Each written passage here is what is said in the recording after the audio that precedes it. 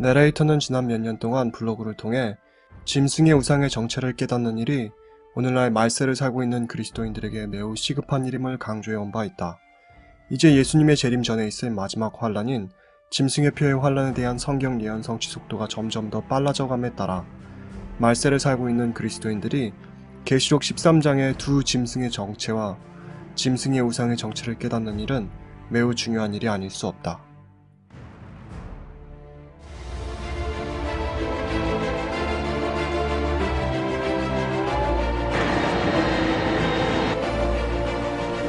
First Lady and his children as they make their... Here he is.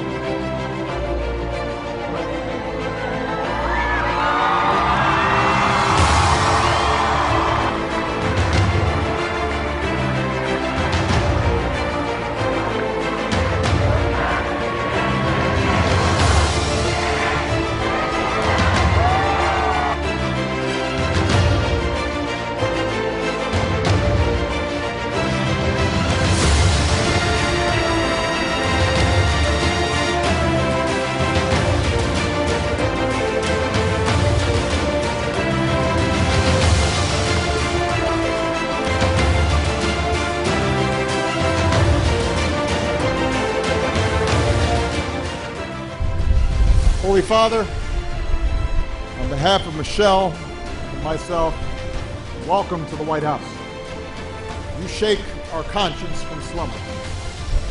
You call on us to rejoice in good news and give us confidence that we can come together in humility and service to pursue a world that is more loving, more just, and more free. Here at home and around the world, may our generation heed your call to never remain on the sidelines of this march of living hope. For that great gift of hope, Holy Father, we thank you and welcome you with joy and gratitude to the United States of America. Mr. Speaker, the Pope of the Holy See.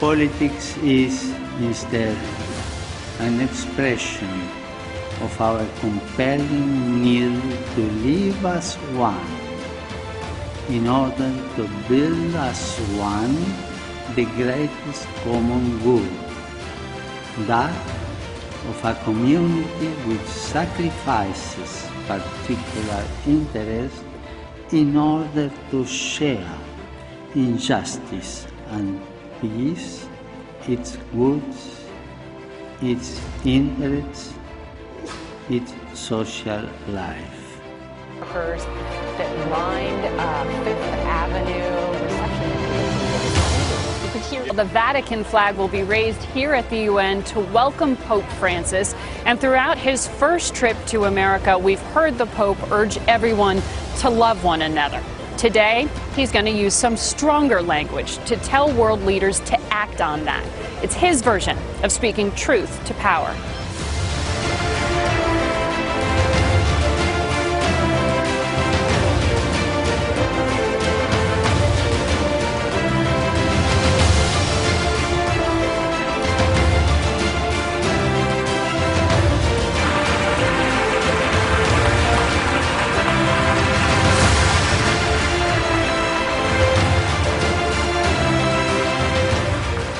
I'm hoping that pro-family leaders, evangelical leaders, the leaders of the evangelical and pro-family movement, my hope would be that they would come together, have a summit meeting, that they would bring all of these various candidates that share our values, get them in a room, and grill them. Have the leaders of the pro-family movement grill these guys one after another and probe them and challenge them and test them and ask them really hard questions about what they would do as President of the United States with this issue or that issue came up. What would you do? Where would you stand?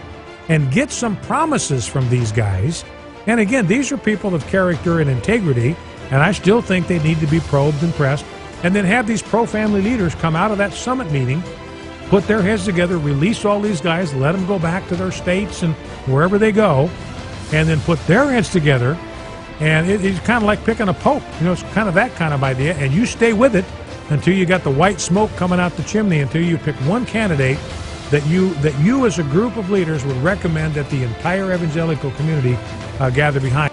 81% of evangelicals voted for Donald Trump. 16% voted for Hillary Clinton. Yeah. You got it dead right. And yet, in many ways, it was Trump who was the change candidate because they were tired. We were tired of 8 years of the Obama liberal administration that was a war on religion. Look at that. 81% went for Donald Trump. I can't remember the statistics on Mitt Romney, but he didn't get anything like No, this that is number. historic. Stuart, this is historic. No Republican nominee has ever gotten that level of support from evangelicals. What a historic night. Not since 1928 have Republicans held the White House, the Senate, and the House. It's just been an incredible night. For many years, we have prayed that God would raise up men and women of God to positions of leadership and influence in our country, wrote David Murray, pastor and author. However, since the end of the George Bush administration, there have been precious few answers to that prayer. The writer continues wondering aloud, who would have thought that Donald Trump might be the answer to that prayer? President-elect Donald Trump has so far appointed 9 professed Christians to his cabinet at the White House. Among the list is Vice President-elect Mike Pence, who said, "My Christian faith is at the heart of who I am, and I am a Christian, a conservative, and a Republican in that order." Chief of Staff Reince Priebus, Attorney General's Jeff Sessions, Housing and Urban Development's Dr. Ben Carson, Education's Betsy DeVos, newly announced Secretary of State Rex Tillerson, EPA's Scott Pruitt, CIA's Mike Pompeo, and Ambassador to the UN Nikki Haley are all well-known Christians. Catholics are an important part of the American story. America has been strengthened by hardworking Catholics. From New York to California, the Catholic story is truly unique, and it's a great story. From marching for civil rights to educating millions of children, serving the poor, and helping define the pro-life movement, clergy and lay Catholics across the country have made countless contributions to the American success and the American success story. Washington politicians have been hostile to the church. They have been hostile to Catholics. They have been hostile to the members of Catholicism. My administration will stand side by side with the American Catholics to promote the values we all share as Christians and Americans. We love our country. We love our families. We love our freedom. And we love our God. America has always been the land of dreams because America is a nation of true believers. Since the signing of the Declaration of Independence 241 years ago, America always affirmed that liberty comes from our Creator. Because in America, we don't worship government, we worship God. Our rights are given to us by God, and no earthly force can ever take those rights away. It is why our currency proudly declares, "In God we trust." And it's why we proudly proclaim that we are one nation under God every time we say the Pledge of Allegiance. And we are all made by the same Almighty God. And though we have many stories, we all share one home and one glorious destiny, a destiny that's getting better and better every single day. Together, we will make America strong again. We will make America wealthy again. We will make America proud again. We will make America safe again. And yes, together, we will make America great again. Thank you, God bless you, and God bless America. Thank you. It was really important, and it was really a God thing that Donald Trump got in. Come on, Christians, you better wake up. Yeah, yeah. Because the church is very sound asleep over this thing, and judgment will come. It will. It has to come. I've read the book. I didn't read just the end of the book. I've read the whole book. Judgment always comes when you mock God, when you curse God. And when we see all of these extremes constantly hitting us, we have an extreme problem. But, they're trying to attach it to a lot of things that have political agendas behind them, such as global warming. But the real issue with the weather and everything else on the earth has to do with sin and wickedness or righteousness. I have felt, and I was afraid to share with anybody, that this flood is from God. It's a judgment on America somehow. I think anything like this, it's not by accident. These kinds of things don't happen by accident. We have far more in common than what divides us. When you talk about Pentecostals, charismatics, evangelicals, fundamentalists, Catholics, Methodist, Baptist, Presbyterian, on and on and on. Well, they would all say, we believe in the Trinity, we believe in the Bible, we believe in the resurrection, we believe salvation is through Jesus Christ. These are the big issues. Now, there's still real differences. No doubt about that. But the most important thing is, if you love Jesus, we're on the same team. When it comes to the family, we are co-workers in the field on this for the protection of what we call the sanctity of life, the sanctity of sex, and the sanctity of marriage. So there's a great commonality, and there's no division on any of those three.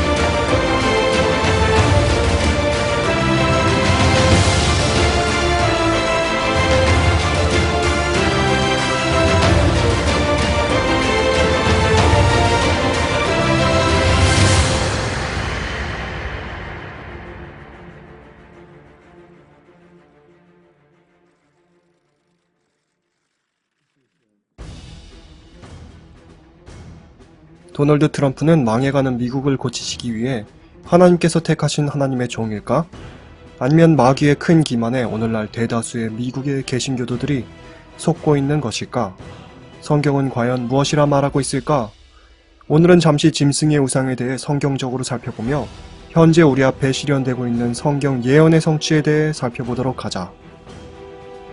짐승의 우상이란 무엇일까? 요한계시록 13장에는 두 짐승이 등장하는데 성경은 계시록 13장의 두 번째 짐승이 첫 번째 짐승을 위하여 짐승의 우상을 세우고 그 짐승의 우상에게 생기를 주어 그 짐승의 우상으로 말하게 하고 또 짐승의 우상에게 경배하지 아니하는 자는 몇이든지 다 죽이게 한다고 말씀하고 있다. 계시록 13장 1절에서 2절은 첫 번째 짐승에 대해 다음과 같이 말씀하고 있다.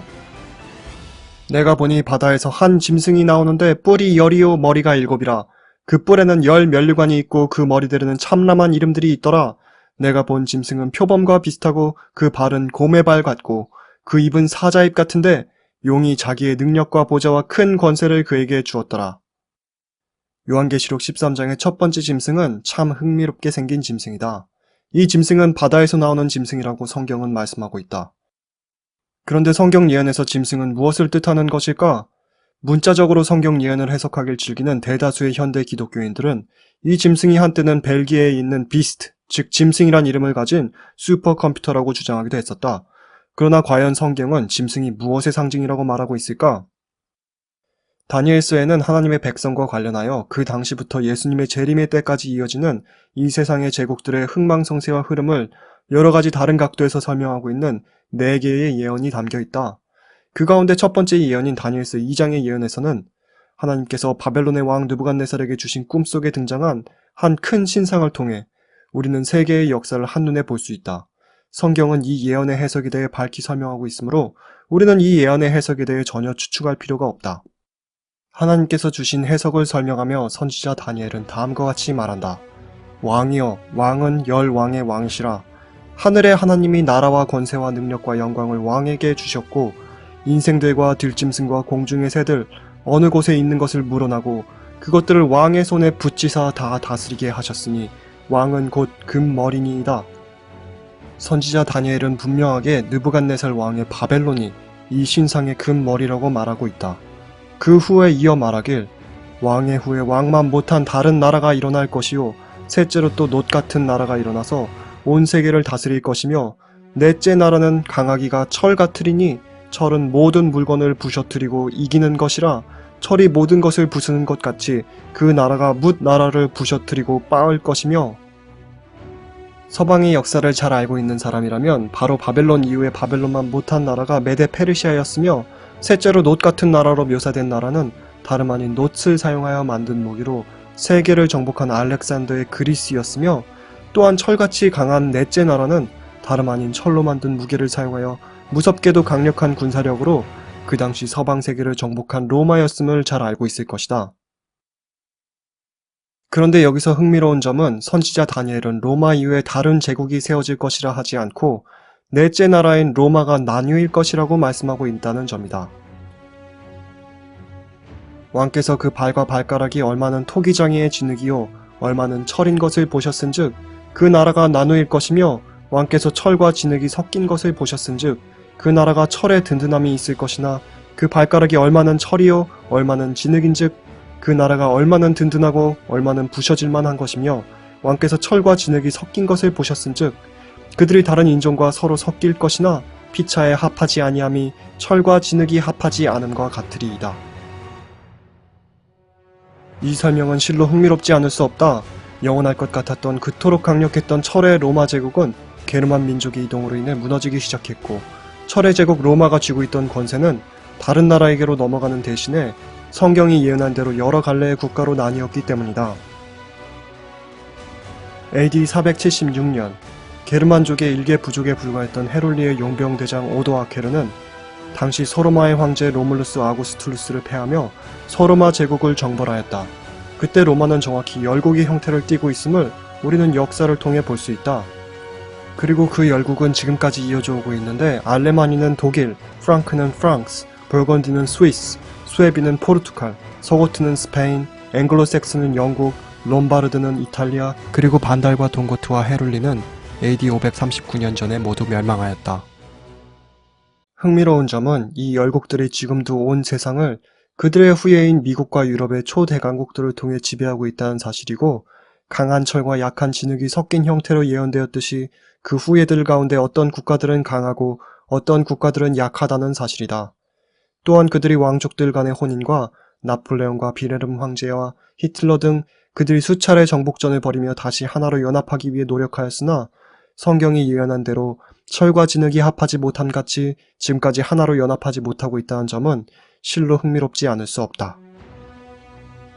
성경은 이어서 바로 이 열왕의 때에 사람의 손으로 아니하고 산에서 뜨인 돌이 날아와 이 신상에 발을 쳐서 박살을 내며 하늘의 하나님께서 영원히 망하지 아니할 한 나라를 세우실 것이라 말씀하며 예수님의 재림을 예언하고 있다. 우리가 다니엘서 2장의 예언을 잠시 살펴본 이유는 다니엘서 7장에서 짐승들의 정체를 깨닫기 위해서였다. 다니엘서 7장에서 선지자 다니엘은 꿈속에서 하나님께 이상을 받아 기록하였다. 다니엘이 진술하여 가로되 내가 밤에 이상을 보았는데 하늘에 네 바람이 큰 바다로 몰려 불더니 큰 짐승 넷이 바다에서 나왔는데 그 모양이 각각 다르니. 다니엘서 7장에서 우리는 바다에서 나오는 큰 짐승 넷을 보게 된다. 그런데 여기서 바다는 무엇을 상징하며 짐승은 무엇의 상징일까? 우리는 이 상징들에 대해 추측하지 않아도 된다. 왜냐하면 성경이 이 상징들에 대해 분명하게 밝히고 있기 때문이다.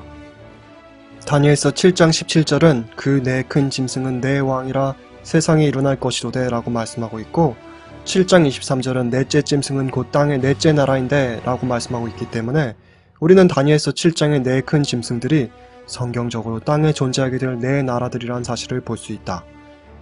또한 많은 물 위에 앉은 바벨론의 음녀를 묘사하며 계시록 17장 15절은 내가 본 바 음녀에 앉은 물은 백성과 무리와 열국과 방언들이라고 말씀하고 있기 때문에 다니엘서 7장에서 큰 바다에서 나오는 네 짐승들은 많은 인구가 밀집된 지역에서 출현하게 되어 이 세상을 다스리게 되는 네 나라임을 말씀하고 있는 것이다. 그런데 여기서 이 네 짐승의 정체는 무엇일까? 우리는 이 점에 대해서도 전혀 고민할 필요가 없는데 바로 그 이유는 여기서 넷째 짐승에 대한 묘사가 다니엘서 2장에서 넷째 나라인 철의 제국 로마와 묘사가 동일하기 때문이다. 넷째 나라는 강하기가 철과 틀이니 철은 모든 물건을 부셔뜨리고 이기는 것이라 철이 모든 것을 부수는 것 같이 그 나라가 문 나라를 부셔뜨리고 빠올 것이며 넷째 짐승은 무섭고 놀라우며 또 극히 강하며 또 큰 천리가 있어서 먹고 부셔뜨리고 그 나머지를 발로 밟았으며 넷째 짐승은 모든 짐승과 달라서 심히 무섭고 그 이는 철이요 그 발톱은 노시며 먹고 부셔뜨리고 나머지는 발로 밟았으며 보다시피 다니엘서 7장의 넷째 짐승이 강하기가 철 같았던 매우 강력한 군사력을 갖고 전 세계를 호령한 다니엘서 2장의 넷째 나라와 동일한 철의 제국 로마란 사실을 우리는 볼 수 있다. 또한 우리는 이 다니엘서 7장의 넷째 짐승에게 10뿔이 있는데 그 10뿔은 이 나라에서 일어날 10왕이요란 설명을 통해 다니엘서 2장의 넷째 나라가 열국으로 분열되었던 사실이 7장에서는 10뿔을 통해 묘사되고 있음을 보며 이 넷째 짐승의 철의 로마 제국이라는 사실을 100% 확신할 수 있는 것이다. 이제 계시록 13장으로 다시 돌아가서 계시록 13장의 두 짐승의 정체를 밝혀보도록 하자. 계시록 13장의 첫 번째 짐승은 우리가 이미 살펴보았듯이 바다에서 나오는 짐승이었다. 여기서 짐승은 우리가 다니엘서 7장에서 살펴보았듯이 다스리는 권세를 가진 나라를 상징한다. 또한 바다에서 나오고 있다는 사실은 7장에서 짐승들을 살펴보며 계시록 17장 15절을 통해 확인하였듯이 많은 인구가 밀집된 지역에서 출현하는 나라를 상징한다. 그렇다면 계시록 13장의 이 첫 번째 짐승, 즉 많은 인구가 밀집된 지역에서 출현하는 이 국가는 어느 나라일까? 이 첫 번째 짐승의 정체에 대하여 우리는 전혀 추측할 필요가 없다. 왜냐하면 성경적으로 이 첫 번째 짐승의 정체를 식별하는 열쇠들을 성경이 직접 제공하고 있기 때문이다. 이 첫 번째 짐승의 특징들은 다니엘서 7장의 작은 뿔의 특징들과 동일한데 그 특징들을 간략하게 살펴보면 다음과 같다. 첫째, 참람된 성격. 계시록 13장 5절은 또 짐승이 큰 말과 참람된 말하는 입을 받고 라고 하였다. 다니엘서 7장 8절은 이 작은 뿔에는 사람의 눈 같은 눈이 있고 또 입이 있어 큰 말을 하였느니라고 하였다. 둘째, 말로 하나님을 대적함. 계시록 13장 6절은 짐승이 입을 벌려 하나님을 향하여 회방하되 그의 이름과 그의 장막 곧 하늘에 거하는 자들을 회방하더라고 말한다. 다니엘서 7장 25절은 그가 장차 말로 지극히 높으신 자를 대적하며 라고 말씀하고 있다. 셋째, 성도들을 죽도록 핍박함. 계시록 13장 7절은 또 권세를 받아 성도들과 싸워 이기게 되고 각 족속과 백성과 방언과 나라를 다스리는 권세를 받으니 라고 하였다. 다니엘서 7장 21절과 25절은 내가 본즉 이 뿔이 성도들로 더불어 싸워 이기었더니 지극히 높으신 자의 성도를 괴롭게 할 것이며 라고 하였다. 넷째, 한때와 두때와 반때, 즉 성경에서 3년 반과 42달과 1260일로서 7번이나 언급된 1260년이란 예언적 기간 동안 세상을 호령하며 성도들을 죽이고 괴롭히는 권세를 가짐. 계시록 13장 5절은 42달 동안 일할 권세를 받으니라고 말하고 있고 다니엘서 7장 25절은 성도는 그의 손에 붙임받아 한때와 두때와 반때를 지내리라고 말씀하고 있다. 이렇게 요한계시록 13장의 첫 번째 짐승의 묘사와 다니엘서 7장의 작은 뿔의 묘사를 비교하여 보면 둘이 동일한 존재란 사실을 우리는 깨달을 수 있다. 이제 다니엘서 7장의 작은 뿔의 정체를 성경적으로 분석하여 식별해 보도록 하자. 내가 밤 이상 가운데 그 다음에 본 넷째 짐승은 무섭고 놀라우며 극히 강하며 또 큰 천리가 있어서 먹고 부셔뜨리고 그 나머지를 발로 밟았으며 이 짐승은 전의 모든 짐승과 다르고 또 10뿔이 있으므로 내가 그 뿔을 유심히 보던 중 다른 작은 뿔이 그 사이에서 나더니 먼저 뿔 중에 셋이 그 앞에 뿌리까지 뽑혔으며 이 작은 뿔에는 사람의 눈 같은 눈이 있고 또 입이 있어 큰 말을 하였느니라. 평범한 사람에게는 암호와 같은 언어로 기록된 것 같은 이 성경 말씀들이 이제는 우리에게는 그리 어렵지 않다. 왜냐하면 우리가 이미 살펴보았듯이 짐승은 나라이며 이 넷째 짐승은 철의 제국 로마이고 열불은 로마 제국이 AD 476년에 열국으로 분열되며 등장하는 열국이라는 사실을 우리가 이미 살펴보았기 때문이다. 그런데 여기 새로운 정보를 다니엘서 7장은 우리에게 보여주고 있다. 로마가 열국으로 분열된 뒤에 계시록 13장의 첫 번째 짐승과 동일한 이 작은 뿔이 열국들 가운데서 등장하여 먼저 나온 새 뿔을 뽑아버리고 있다. 즉 우리는 이 작은 뿔이 로마 제국이 있던 자리에서 로마가 열국으로 분열된 AD 476년 이후에 먼저 나온 열국 가운데 새 뿔, 즉 새 나라를 멸하며 등장하는 세력이란 사실을 알 수 있는 것이다. 흥미롭게도 우리는 열국 가운데 헤롤드는 AD 493년에, 반달은 AD 534년에, 그리고 동고트는 AD 538년에 권세를 잃고 멸망하기 시작하였음을 볼 수 있는데 바로 그 무렵 전부터 존재해오던 흥미로운 배도한 교회가 국가와 연합되어 엄청난 힘을 발휘하기 시작한 것을 우리는 역사 속에서 볼 수 있다. 역사가 C.C. 에카드는 이렇게 말한다. 로마 제국은 분해되었고 그 자리를 거칠고 야만적인 왕국들이 차지했다. 로마 카톨릭 교회는 종교적으로 독립 정권을 이루었을 뿐 아니라 세속적인 일들까지 지배했다.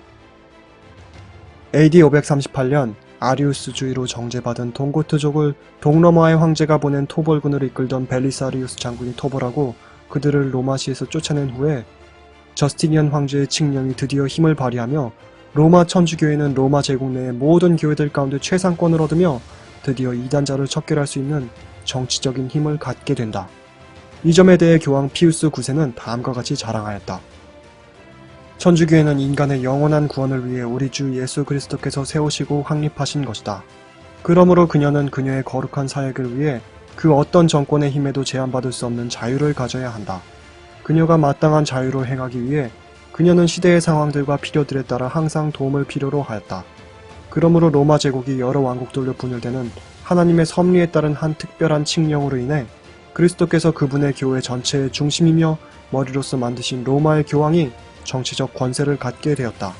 이 다양하고 수많은 세속적 통치자들 가운데서 최고 통치자로서 교황이 그의 영적인 권세와 권위와 사법권을 온 세상에 펼치는 정치적 자유를 누린 것은 틀림없이 하나님의 가장 지혜로운 계획이었다.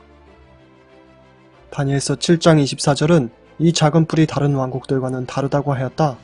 로마 천주교 교황권은 다른 왕국들과는 달랐는데 그 이유는 교황권은 정치와 교회가 연합된 모습이었기 때문이다. 또한 20절은 작은 뿔이 다른 동류보다 강하여 보였다고 말한다. 우리는 역사 속에서 교황권 앞에 세상에 강력했던 왕들도 굴복하고 벌벌 떨었던 것을 볼 수 있다. 다니엘서 7장 20절은 그가 큰 말을 하는 입을 가졌고 25절은 그가 장차 말로 지극히 높으신 자를 대적한다고 말하였다. 계시록 13장 5절은 여기에 추가로 그가 참람된 말을 한다고 말하였다. 교황권이 어떤 참람된 말로 하나님을 대적하였을까? 과거 유대인들은 두 가지 참람된 행위로 예수님을 정죄하였었다. 첫째는 요한복음 10장에서 예수님께서 당신과 하나님께서 하나이시라고 하셨을 때 유대인들은 예수님을 돌로 치려하며 내가 사람이 되어 자칭 하나님이라고 정죄하였다. 둘째는 누가복음 5장에서 예수님께서 중풍병자의 죄를 사하셨을 때 서기관과 바리새인들이 이 참람한 말을 하는 자가 누구뇨? 오직 하나님 외에 누가 능히 죄를 사하겠느냐고 정죄한 것이다. 그런데 교황권이 이 두 가지 참람된 주장을 하고 있을까? 그들은 그들의 참람됨을 전혀 숨기지 않는다. 교황은 예수 그리스도의 대표자일 뿐 아니라 그는 육체 아래 감추어진 예수 그리스도 자신이다. The Catholic National 1895. 우리는 지구상에서 전능하신 하나님의 보좌를 가지고 있다. 교황 레오 13세의 회칙 1894년 6월 20일. 이 사법권에, 즉 교황권의 권위는 죄를 사할 권세도 포함된다. Catholic Encyclopedia, Volume 12, Article Pope, page 265. 이것저것을 찾아보라. 하늘이든 땅이든 죄인의 죄를 사할 수 있는 유일한 창조받은 피조물을 찾을 수 있다. 그는 지옥의 사슬로부터 죄인을 자유케 한다. 그 놀라운 피조물은 신부이다. 로마 천주교의 신부이다. The Catholic Priest, page 78. 다니엘서와 요한계시록은 이 작은 뿔이 성도들과 싸워 이기게 되고 지극히 높으신 자의 성도들을 괴롭게 할 것이라 말하였다. 우리는 역사 속에서 로마 천주교회가 하나님의 말씀 성경을 금서로 만들었고 성경을 소유한 사람들을 얼마나 잔인하게 죽였으며 하나님의 말씀에 따라 살기 위해 도망하던 사람들을 그들이 사냥하였고 잔인하게 고문하며 학살해왔는지 볼 수 있는데 아무리 적게 추산하여도 남녀노소를 불문하고 약 5천만 명의 사람이 중세 암흑시대 동안 죽었다고 알려져 있다. 정말 얼마나 많은 사람을 그녀가 잔혹하게 죽였는지는 우리가 하늘에 갔을 때에야 알게 될 것이다. 그런데 다니엘서는 흥미롭게도 이 작은 뿔이 때와 법을 변개코자 할 것이라고 말씀하고 있다. 그녀가 하나님의 때와 법을 바꾸려 하였을까? 그녀는 이 사실에 대하여 전혀 숨기지 않는다. 우리는 성경의 십계명과 천주교의 교리집의 십계명이 전혀 다르다는 사실을 볼 수 있다. 그들은 우상 숭배를 금하는 둘째 계명을 제하였고 9개로 줄어든 계명을 다시 10개로 만들기 위해 10째 계명을 둘로 나누었다. 또한 그들은 더 나아가 여호와 하나님의 안식일을 폐하고 이교의 태양 숭배일인 일요의 준수를 그들이 들여왔다는 사실 또한 숨기지 않는다. 교회는 유대인의 안식일을, 즉 한 주일의 제7일로부터 첫째 날로 쉬고 안식하는 날을 바꾼 후 셋째 계명을 일요일에 적용하게 만들었다. 이 날은 주의 날로서 거룩하게 지켜질 날이다. Catholic Encyclopedia Volume 4, page 153. 흥미롭게도 여기서 그들은 본래 성경에서 넷째 계명인 안식일 계명이 셋째 계명이라고 말하고 있다. 그 이유는 그들이 둘째 계명을 제거하였기 때문이다. 이와 같이 그들은 그들이 하나님의 때와 법을 바꾸었다는 사실을 공개적으로 자랑한다. 교황 자신이 하나님이라면 계명 한두 개 바꾸는 일쯤이야 아무 문제가 없고 오히려 그것이 그들의 권위를 자랑하는 일이기 때문이다. 천주교에는 그들의 참람됨 만행에 대해 전혀 숨길 마음이 없다. 다만 개신교도들이 그들의 참람됨에 대해 눈을 가리고 오늘날 그들과 연합하고 있을 뿐이다. 성경은 교황권이 다니엘서에서는 한때와 두때와 반때, 요한계시록에서는 42달로 표현된 1260년이라는 예언적 기간 동안 세상을 지배하는 전성기를 누릴 것이라고 말한다. 계시록은 이에 대해 그의 머리 하나가 상하여 죽게 된 것 같더니 누구든지 귀가 있거든 들을지어다. 사로잡는 자는 사로잡힐 것이요 칼에 죽이는 자는 자기도 마땅히 칼에 죽으리니 성도들의 인내와 믿음이 여기 있느니라 라고 말하며 수많은 순교자를 낸 교황권의 전성기가 칼에 의해 끝나게 될 것을 예언하였다. 정말 흥미로운 점은 538년에 정치적 권세를 얻으며 정치와 교회가 합쳐진 정교연합의 체제를 세우게 된 교황권이 정확히 성경이 예언한 1260년이라는 예언적 전성기가 끝나는 1798년에 나폴레옹에 휘하여 프랑스 혁명군을 이끌던 버티어 장군이 바티칸에 진군하여 교황 피우스 6세를 그의 권좌로부터 끌어내림으로 세상을 지배하던 권세를 잃어버렸다는 점이다.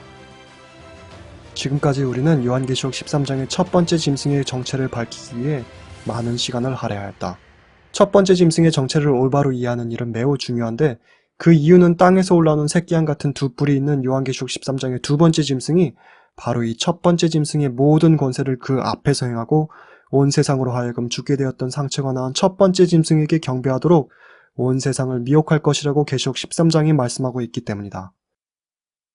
그렇다면 땅에서 올라오는 이 새끼양같이 두 뿔이 있는 계시록 13장의 두 번째 짐승은 어느 나라일까? 계시록 17장 15절에 의하면 바다는 인구가 밀집된 지역을 상징했기 때문에 바다의 반대인 땅은 인구가 얼마 되지 않는 지역을 상징한다. 또한 새끼양은 성경에서 예수 그리스도를 상징한다. 요한복음 1장 29절은 다음과 같이 말한다. 이튿날 요한이 예수께서 자기에게 나아오심을 보고 가로되 보라 세상 죄를 지고 가는 하나님의 어린 양이로다. 그러므로 땅에서 올라오는 새끼양 같은 짐승은 다름 아닌 인구가 별로 없는 지역에서 기독교 정신을 갖고 건국되는 나라를 상징하고 있는 것이다. 계시록 13장은 이 새끼양 같은 짐승이 교황권이 죽게 된 것처럼 보이는 상처를 받을 무렵에 인구가 별로 없는 지역에서 기독교 정신을 갖고 등장하기 시작하여 결국에는 용처럼 말하며 교황권이 중세기에 가졌던 권세, 즉 온 땅을 지배하는 권세를 행하고 온 땅으로 하여금 교황권에게 경배하도록 강요할 것이라고 말하고 있는 것이다. 그런데 1798년 무렵에 인구가 별로 없는 지역에서 건국된 국가 가운데 기독교 정신을 가졌으며 과거 중세기 교황권이 가졌던 권세, 즉 온 땅을 지배하는 권세를 행하고 있는 나라가 현재 존재할까? 이 조건들에 맞는 국가는 바로 1776년에 건국된 미국밖에는 역사 속에 존재하지 않는다. 미국은 새끼양처럼 기독교 정신으로 건국되었다. 미국의 헌법 가운데는 정치와 종교가 완전히 분리되어야 한다는 정교 분리 원칙이 담겨있다. 즉 정치와 교회가 연합된 정교연합 체제로서 종교를 사람들에게 강요하고 핍박하고 죽였던 교황권의 중세기 통치와는 반대로 미국의 헌법은 각 개인이 자신의 양심에 따라 하나님을 섬길 자유를 보장하고 있는 것이다. 그러나 성경은 이 새끼양 같은 짐승이 결국에는 용처럼 말하게 될 것이라고 예언하였다. 두 뿔이 있다고 하였는데 우리는 그 뜻이 정치와 교회가 분리된 체제로서 사람들을 다스리고 있다고 이해할 수 있다.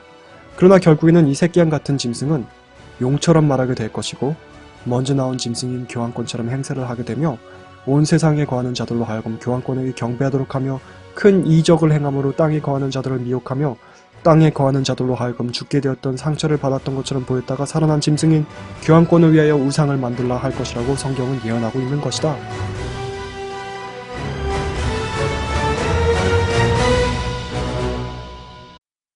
우리는 지금까지 요한계시록 13장의 예언 가운데 첫 번째 짐승과 두 번째 짐승의 정체를 성경 말씀을 통하여 확인하였다. 이제 우리가 이 영상에서 식별하고자 하는 마지막 존재는 바로 무엇이 짐승의 우상인가이다. 문자 그대로 성경 예언을 해석하길 좋아하는 현대 기독교인들은 이 우상이 문자 그대로 다니엘의 시대처럼 두라 평지에 세워진 우상과 같은 것이 될 것이라고 생각하지만 다니엘서와 요한계시록의 성경 예언들에 등장하는 것들은 모두 상징들이란 사실을 우리는 기억해야 한다.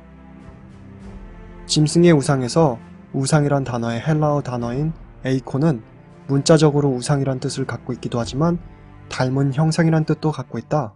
실제로 이 단어는 로마서 8장 29절에서는 하나님이 미리 아신 자들로 또한 그 아들의 형상을 본받게 하기 위하여 라고 사용되었고 고린도전서 11장 7절에서는 남자는 하나님의 형상과 영광이니라고 말하고 있다.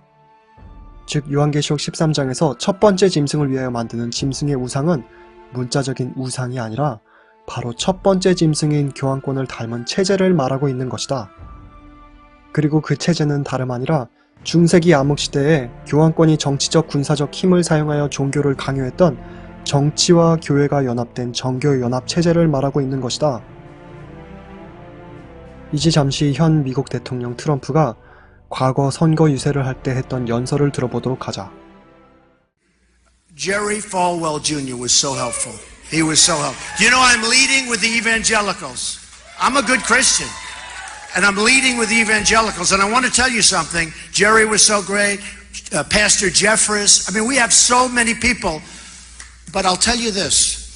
Christianity, and I put it in the same vein and sometimes in the same sentences, Christianity is being chipped away at in this country. In this country. It's being chipped away at. And I'm not going to let it happen. You know, I was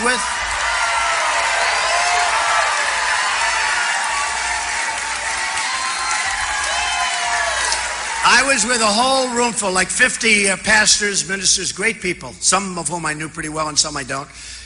And I said to them, let me ask you a question. How many Christians, evangelicals, but just Christians, do we have in this country? And they were saying maybe 250 million, maybe 260 million. I said, so that's more than we have women. It's more than we have men. It's by far the biggest group. Then why aren't you banding together and getting the kinds of things you want?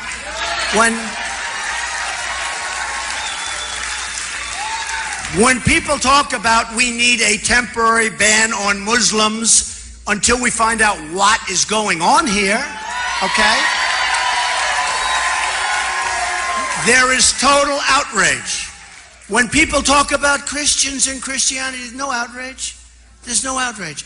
I said, let me ask you, and these are great believers, these are great people, these are strong people, smart people. I said, why is it, and I think I really found something that's very important for all of us, why is it that you people don't have a stronger lobby? And during Lyndon Johnson's regime, I will call it, because that's sort of what it was, if you think about it, but during his term as president, they passed something where the tax deduction is under siege if they do anything that's a little bit off. Okay? So they're going to lose tax-exempt status, right? And I said, wait a minute, that's right, that's the answer. I figure, you know, I'm a pretty smart guy, I figure things out pretty quickly. So as soon as I mentioned it, I said, that's it. Because I said then, so the man walking, I was in Trump Tower, I pointed down to the sidewalk, there were people walking on the sidewalk. I said, then those people walking on the sidewalk are more powerful than you people in the clergy, the pastors, the ministers, the priests, the people in the clergy. They're more powerful. They said, that's right. I said, not going to happen anymore. We're going to get rid of that thing. I want Christianity to have a strong flavor. Why did we ever pass a thing like that? And it's so important I mean, really, they've shut Christianity down. And these are great people, but they're afraid to do. For instance, some people came up to me, Mr. Trump, I love you.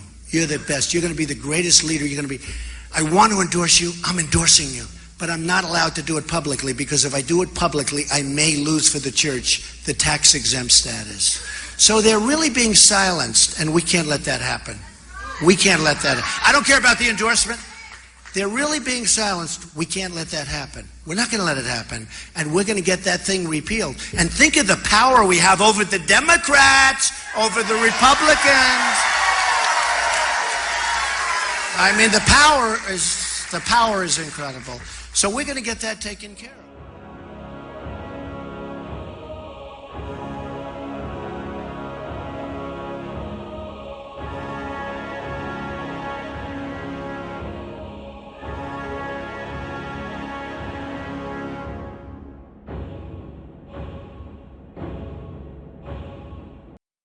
영상에서 보았듯이 트럼프가 가진 사상은 모든 교파들이 연합하면 미국의 다수가 될 수 있는 기독교인들이 그들의 연합된 영향력을 행사하여 기독교가 정치에 관여하며 정치와 교회가 연합된 정교연합체제를 만들어야 한다는 것이다. 여러분은 지금 성경 예언이 지금 눈앞에서 실현되고 있음을 보고 있는가? 짐승의 우상에게 생기를 주어야 한다는 사상을 현 미국의 대통령이 갖고 있음을 여러분 깨닫고 있는가? 참고로 한 나라의 상징인 짐승이 말하는 방법은 그 나라의 법을 통해서이다.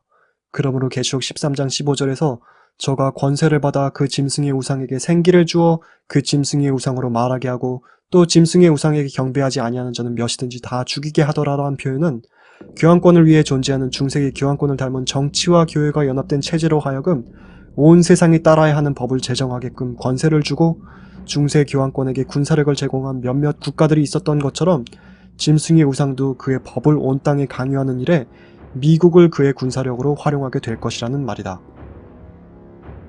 이제 100만 불짜리 질문은 무슨 일을 계기로 중세기 교황권을 닮은 정교연합체제인 짐승의 우상이 완성되어 생기를 받아 말하게 되는가이다. 큰 이적을 행하되 심지어 사람들 앞에서 불이 하늘로부터 땅에 내려오게 하고 짐승 앞에서 받은 바 이적을 행함으로 땅에 거하는 자들을 미혹하며 땅에 거하는 자들에게 이르기를 칼에 상하였다가 살아난 짐승을 위하여 우상을 만들라 하더라. I've come to understand that diversity is divine. It's division that's diabolic.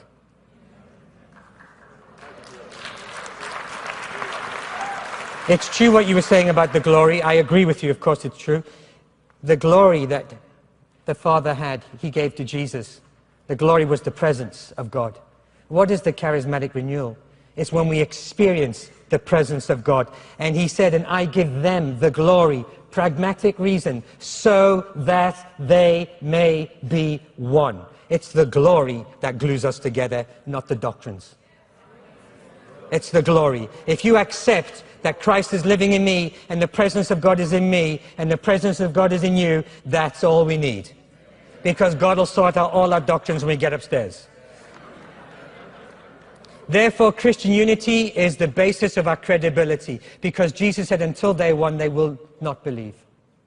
The world will not believe, as they should, until we are one. Division destroys our credibility. It is fear that keeps us separated, because fear is false evidence appearing real. It's an acronym. F-E-A-R, false evidence appearing real. Because most of your fear is based on propaganda. 5천만 명이 넘는 성도들의 생명을 인간이 고안해낼 수 있는 가장 잔인한 방법으로 고문하며 학살한 핍박의 교리를 여전히 유지하고 있는 로마 천주교를 개신교도들이 두려워하는 것이 허위 정보와 거짓 정보 때문에 그런 것이라고 생각하는 것은 물론 개인의 자유이지만 이 마지막 시대의 마귀는 현재 진리를 배제한 초자연적인 경험과 기적에 기초한 은사주의 운동을 통해 모든 기독교 교파들을 하나로 묶고 있다. 계시록 13장 13절에 큰 이적을 행하되 심지어 사람들 앞에서 불이 하늘로부터 땅에 내려오게 하고 라는 표현은 마치 하나님의 특별한 성령의 부어주심이 있는 것처럼 보이는 초자연적인 기적들이 있게 될 것이라는 뜻이다. God wants to speak to us right now in the midst of the storms. With Harvey, with Irma, There is a message from God we need to hear here in the United States. We need to hear it clearly. It's urgent, critically important. But how should we look at two giant hurricanes coming back to back like this? Should we just, do we write them off as coincidence? Do we write it off as a statistical anomaly? Wow, who would have thought? Is it just Mother Nature in a bad mood? I don't know how you think about it, but I think it could be something much more than all of that. I'm going to look here in God's Word and read to you from Job. In Job 37, God says through Job, He saturates clouds with moisture. He scatters His lightning through them. They swirl about, turning around and around at His direction, accomplishing everything that He commands them over the surface of the inhabited world. He causes this to happen for punishment or to water His land and demonstrate His faithful love. One thing we know about hurricanes and all weather is that this is not Mother Nature in a bad mood. This is a spectacular display of God's immense power. And when He puts His power on display, it's never without reason. There's a purpose. And we may not always understand what that purpose is, but we know it's not random. And we know that weather is sent to cause us to respond to God in humility, awe, and repentance. Do you know when these other, when the huge hurricane hit, do you know what days that hit? No, tell me. It hit on the decadent days, the days of the decadent parades and all. Yes. What do they call it? Is anybody? Mardi Yeah, it's like Mardi Gras, but they call it decadent. Something decadent. But anyhow, they hit, the hurricane hit, I think it was in Florida, and they were having that parade. And it hit on that day, and then when it was to hit in New Orleans, it started there. God's judgment is coming. It's coming whether we want it or not. And it's not because He hates us. He just wants to wake up America. We have mocked God. 현재 미국의 주류 개신교도들은 지난 몇 차례의 극심한 자연재해들이 기독교 신앙에서 멀어진 타락한 미국에 대한 하나님의 심판으로서 받아들이고 있다. 물론 한 사회가 타락해감에 따라 그 결과로서 하나님의 보호하시는 손길이 더 이상 보호하실 수 없게 되어 재앙이 임하게 되는 것은 사실이지만, 만약에 자연재해를 인간이 과학적 기술을 사용하여 일으키고 있다면, 만약에 지금 벌어지는 재앙들이 사실은 어떤 목적을 갖고 계획적으로 일어나는 것들이라면, 이 점에 대해서는 이 영상에서 자세히 다룰 시간이 없지만, To Dr. Walker and Mr. Schaefer then, Dr. Walker, your agency is currently running the facility. I've mentioned that it's our understanding through the president of UAF that the plans are to move forward and demolish the facility this summer. So the question to you is that accurate? Can you explain why? And then perhaps to both you and Mr. Schaefer, is there any benefit in exploring a potential relationship with the University of Alaska to perhaps take over the HARP? Yeah, thank you, Senator. The Air Force has gotten great value out of HARP in the past. We took it over from the Navy and managed it and actually did a number of experiment campaigns up there and have finished our work that we're interested in doing up there. We've moving on to other ways of managing the ionosphere, which the HARP was really designed to do, was to inject energy into the ionosphere, be able to actually control it. But that work has been completed. Alan Robock is an American climatologist and distinguished professor of the Department of Environmental Sciences School of Biological Sciences at Rutgers University, specializing in bioengineering. He was approached and shared this secret meeting with the London Guardian on how the CIA, the Central Intelligence Agency of the United States, want to control the weather and use it in future warfare. That's crazy. Many may ask, where did they get that technology from? There are a number of theories. Operation Paperclip was a secret plan where the US government secretly smuggled Nazi scientists into the United States to not lag behind Russia in space technology during the start of the Cold War. Reinhard Gehlen, Hitler's chief intelligence and espionage officer against the Soviet Union, was the key recruiter for the United States, where Nazi scientists like Walter Dornberger, who oversaw 20,000 men worked to death at Nordhausen concentration camp, became senior executive of Bell Aerosystems in the United States, and Werner von Braun, the Nazi scientist and rocket aerospace engineer who was responsible for the NASA space program, helped the United States in enhancing themselves as leaders in modern-day space technology. But there is also Nikola Tesla, the Serbian-born American who has given us the wireless age by inventing neon light, modern-day radio that has given us the radar, mobile cell phones and the internet. When he died, his secret files were stolen, and many think his technology is what the US government uses, nicknamed HARP. But the CIA is accusing other intelligence agencies of using this technology to manipulate the weather. And if men are trying to manipulate the atoms in the troposphere, the ionosphere, and the stratosphere, that are the three principal layers of the atmosphere, they can probably disturb the turbulence and take planes out of the sky, cause tsunamis, hurricanes, and probably earthquakes. 그들이 이온층을 조종할 수 있는 다른 방법을 찾았다는 점과 HARP의 특허 등록이 기후를 바꿀 수 있다는 주장을 하고 있다는 점은 흥미롭지 않을 수 없는데, 아무튼 미국이 이적을 행함으로 땅에 거하는 자들을 미혹하며 라는 성경의 예언은 앞으로 수많은 자연재해들을 통해 이루어질 것이다.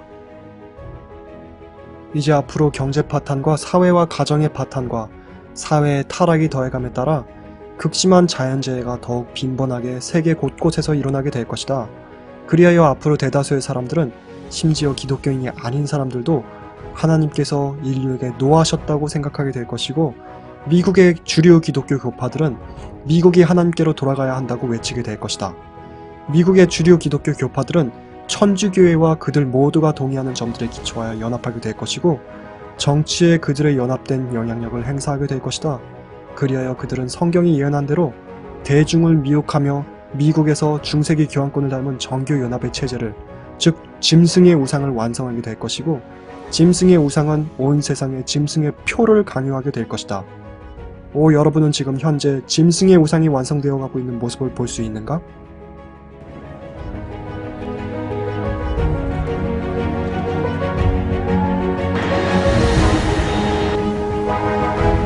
First Lady and his children.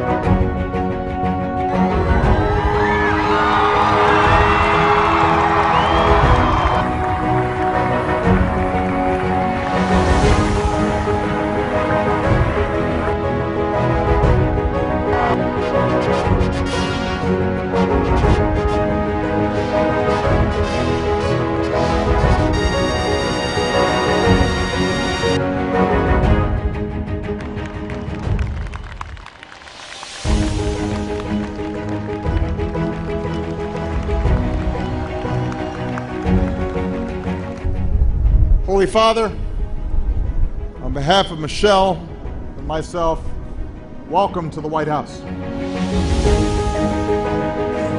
Mr. Speaker, the Pope of the Holy See.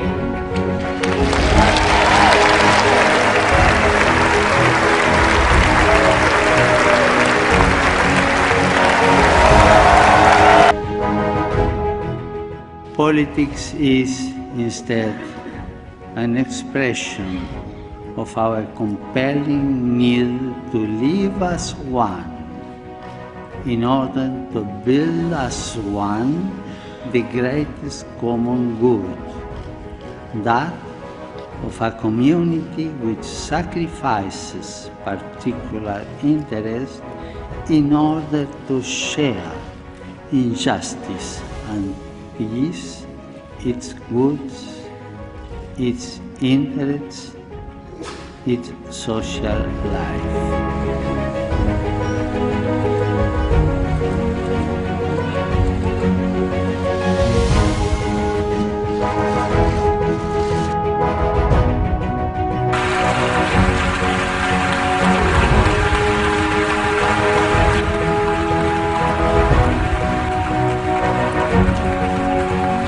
I'm hoping that pro-family leaders, evangelical leaders, the leaders of the evangelical and pro-family movement, my hope would be that they would come together, have a summit meeting, that they would bring all of these various candidates that share our values, get them in a room,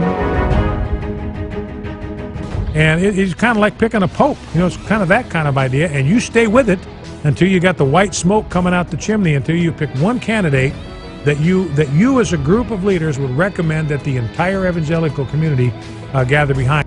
81% of evangelicals voted for Donald Trump. 16% voted for Hillary Clinton. Yeah. You got it dead right. And yet, in many ways, it was Trump who was the change candidate because they were tired, we were tired of 8 years of the Obama liberal administration that was a war on religion. Look at that. 81% went to Donald Trump. I can't remember the statistics on Mitt Romney, but he didn't get anything like No, this is number. historic. Stuart, this is historic. No Republican nominee has ever gotten that level of support from evangelicals. Did it? What a historic night. Not since 1928 have Republicans held the White House, the Senate, and the House. It's just been an incredible night. For many years, we have prayed that God would raise up men and women of God to positions of leadership and influence in our country, wrote David Murray, pastor and author. However, since the end of the George Bush administration, there have been precious few answers to that prayer. The writer continues wondering aloud, who would have thought that Donald Trump might be the answer to that prayer? President-elect Donald Trump has so far appointed 9 professed Christians to his cabinet at the White House. Catholics are an important part of the American story. America has been strengthened by hardworking Catholics. From New York to California, the Catholic story is truly unique, and it's a great story. Washington politicians have been hostile to the church. They have been hostile to Catholics. They have been hostile to the members of Catholicism. My administration will stand side by side with the American Catholics to promote the values we all share as Christians and Americans. We love our country. We love our families. We love our freedom. And we love our God. America has always been the land of dreams because America is a nation of true believers. Since the signing of the Declaration of Independence 241 years ago, America always affirmed that liberty comes from our Creator. Because in America, we don't worship government, we worship God. We all share one home and one glorious destiny, a destiny that's getting better and better every single day. Together, we will make America strong again. We will make America wealthy again. We will make America proud again. We will make America safe again. And yes, together, we will make America great again. Thank you, God bless you, and God bless America. Thank you. It was really important, and it was really a God thing that Donald Trump got in. Come on, Christians, you better wake up. Yeah. Because the church is very sound asleep over this thing, and judgment will come. It will. It has to come. I've read the book. I didn't read just the end of the book. I've read the whole book. Judgment always comes when you mock God, when you curse God. And when we see all of these extremes constantly hitting us, we have an extreme problem. But, they're trying to attach it to a lot of things that have political agendas behind them, such as global warming. But the real issue with the weather and everything else on the earth has to do with sin and wickedness or righteousness. I have felt, and I was afraid to share with anybody, that this flood is from God. It's a judgment on America somehow. I think anything like this, it's not by accident. These kinds of things don't happen by accident. We have far more in common than what divides us. When you talk about Pentecostals, charismatics, evangelicals, fundamentalists, Catholics, Methodist, Baptist, Presbyterian, on and on and on. Well, they would all say, we believe in the Trinity, we believe in the Bible, we believe in the resurrection, we believe salvation is through Jesus Christ. These are the big issues. Now, there's still real differences, no doubt about that. But the most important thing is, if you love Jesus, we're on the same team. When it comes to the family, we are co-workers in the field on this for the protection of what we call the sanctity of life, the sanctity of sex, and the sanctity of marriage. So there's a great commonality, and there's no division on any of those three.